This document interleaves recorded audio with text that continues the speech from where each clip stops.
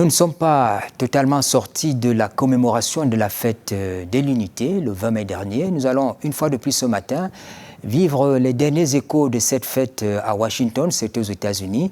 Nous donnons précisément la parole à une dame, Dr Marinette Nyangono Zibi, qui est à la tête d'un regroupement de femmes, d'un regroupement de Camerounais qui œuvre pour la promotion de la diversité culturelle et l'accès facile aux droits fondamentaux, notamment l'éducation et la santé.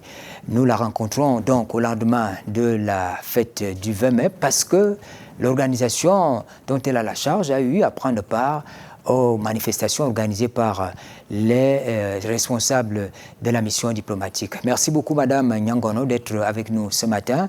D'abord, dans quel état d'esprit, c'est pas tard de vous poser cette question, dans quel état d'esprit vous avez vécu ces moments historiques pour le Cameroun? Merci, Séverin, pour cette occasion qui m'est offerte. Je dirais que partant du thème de la célébration de la 52e édition de la fête nationale du Cameroun, à savoir Camé et Nation, ensemble pour un Cameroun uni, pacifique et prospère. Et en tant que leader de l'association diasporique au Yilibeti USA, j'ai été témoin de l'amélioration rationnelle, méthodique et progressive des rapports État-diaspora à travers des festivités inédites et courues, disons jamais vécues avant à l'ambassade des États-Unis ici à Washington. Pour la toute première fois, nous avons eu la promotion de l'exception culturelle musicale camerounaise à travers la prestation éclatante et captivante de trois de nos artistes, Vanister, Elioti Sheda et Style Park Samo. Dans les hauts commissariats et les ambassades, on a vu l'implication des chefs des missions diplomatiques dans l'organisation matérielle de cette fête. Ça a donné lieu à des moments de partage et de communion. Vous, là-bas à Washington, comment vous avez participé à l'organisation de ces activités festives? Les membres de Yilibeti ont massivement pris part à ces festivités. Son Excellence, Monsieur l'ambassadeur Henri Etundi Essomba et sa nouvelle équipe de diplomates ont travaillé de concert avec tous les Camerounais des États-Unis dans le but de consolider l'esprit d'apaisement, de vivre ensemble et d'unité nationale d'une part et capitaliser tous les atouts dont regorge notre diaspora en vue du mieux être de notre population au Cameroun. On est tenté de vous poser la question, loin du Cameroun, comment vous vivez l'idéal de l'unité en tant qu'individu, en tant que leader d'un mouvement, un idéal si cher aux autorités camerounaises? Nous sommes certes géographiquement éloignés de notre mère patrie, mais nous ne sommes pas déracinés par ce qui nous est le plus précieux, à savoir notre pays, le Cameroun, nos valeurs culturelles et institutionnelles. En fait, nous sommes constamment et permanemment animés par la volonté d'enraciner l'unité nationale, de vivre ensemble l'émergence du Cameroun dans notre milieu diasporique, avec une grande ouverture aux autres associations linguisto-culturelles et ethniques du Cameroun, ici aux États-Unis.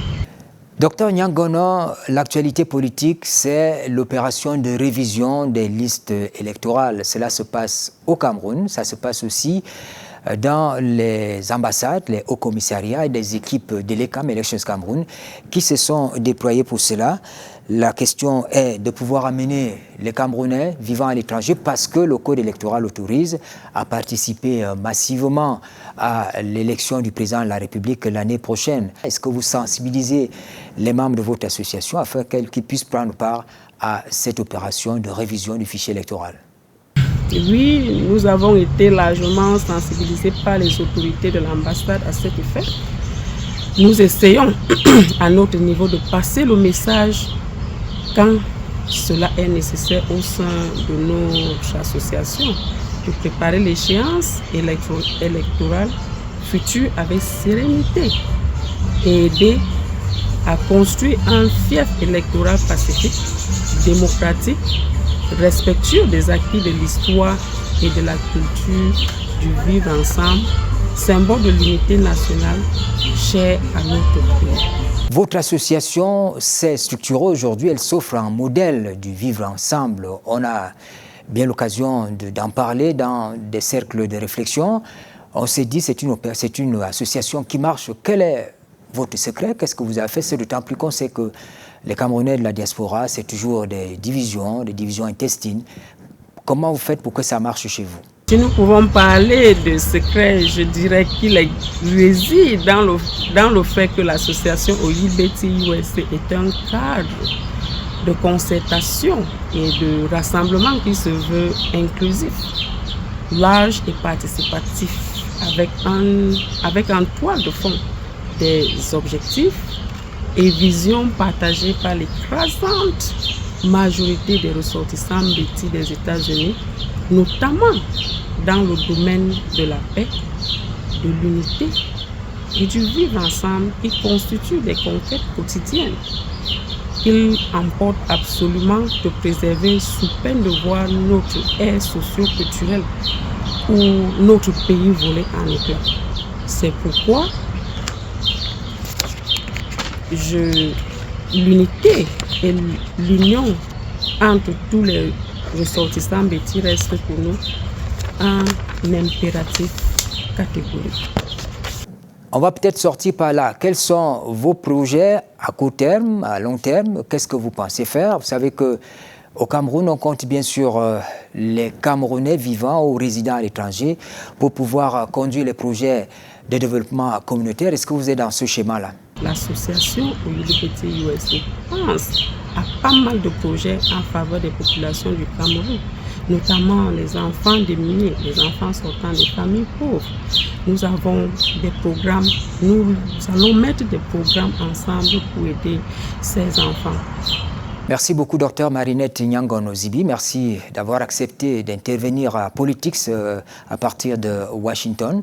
Nous parlions avec vous de cette période festive que nous venons de connaître, à savoir la fête nationale, le 20 mai, la fête de l'unité, et votre regroupement a participé aux côtés des autorités consulaires, des autorités diplomatiques à cette manifestation. Il ne nous reste plus qu'à vous dire merci, mesdames, messieurs. Nous parlions donc de la fête de l'unité à Washington ce matin. Merci de nous avoir suivis et bonne suite des programmes sur la CRTV.